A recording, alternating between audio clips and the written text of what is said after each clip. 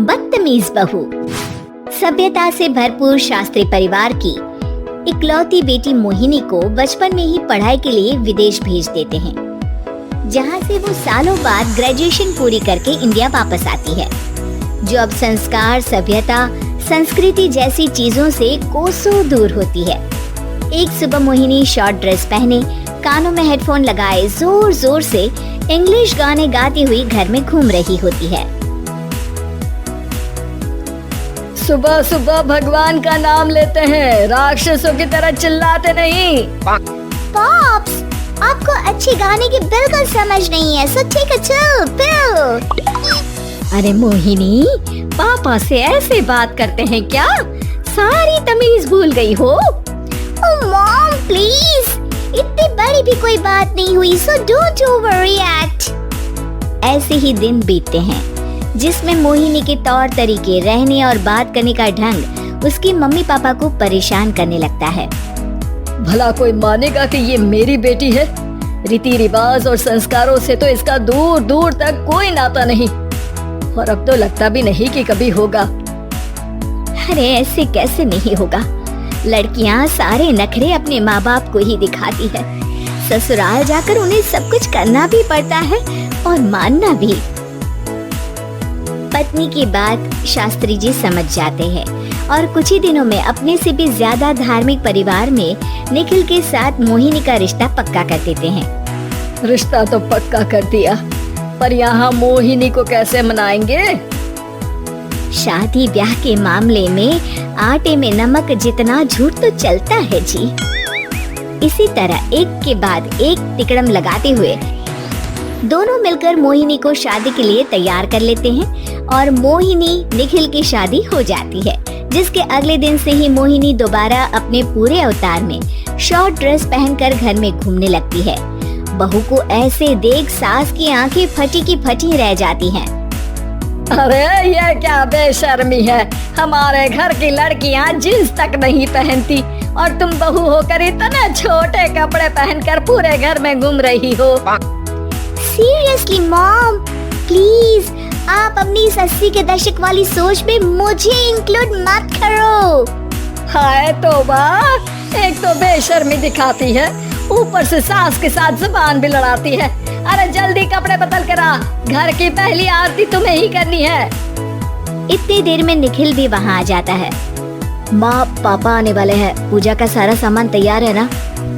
ये पूजा हमेशा मेरे बॉयफ्रेंड्स के पीछे पड़ी रहती थी और अब हस्बैंड के पीछे भी आ गई।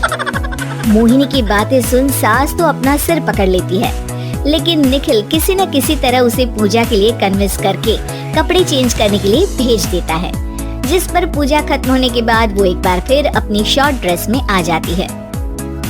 बहू, ये क्या तरीका है? संस्कार नाम की कोई चीज है या नहीं?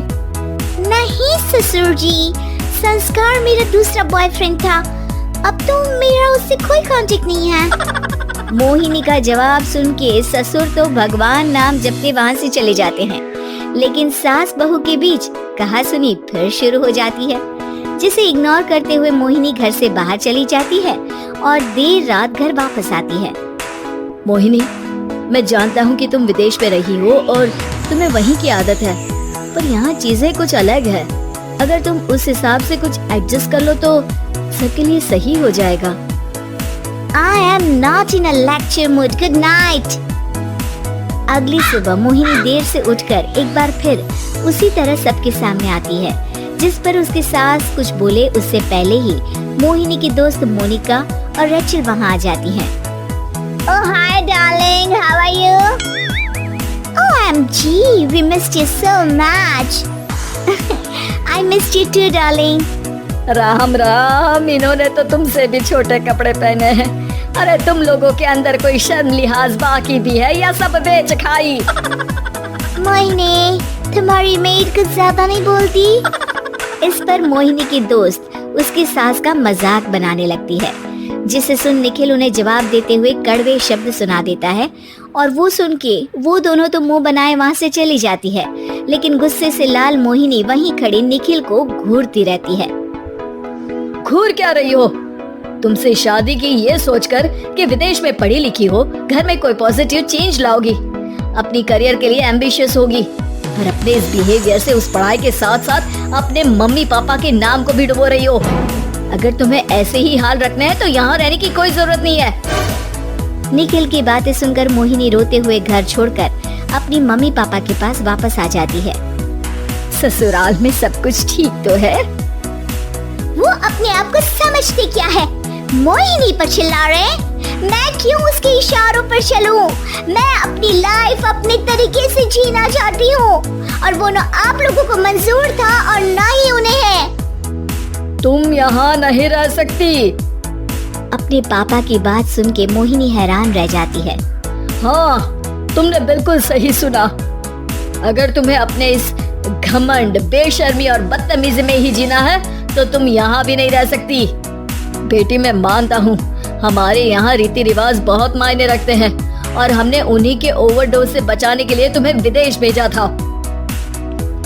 एक लड़की जो शादी करके घर और बच्चे संभालती है, उससे तुम अपने आप को ज्यादा समझ सको इसके लिए भेजा था।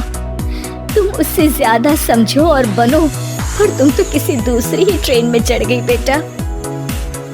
उसके मम्मी पापा बहुत देर तक मोहिनी को सारी बातें समझाते हैं, जिन्हें सुनकर मोहिनी को अपनी गलती का एहसास होता है। वो जॉब ज्वाइन कर लेती है और ससुराल वापस आकर उन्हें मॉडर्न बनाती है और खुद भी कुछ रिवाज सीखते हुए खुशी से रहने लगती है।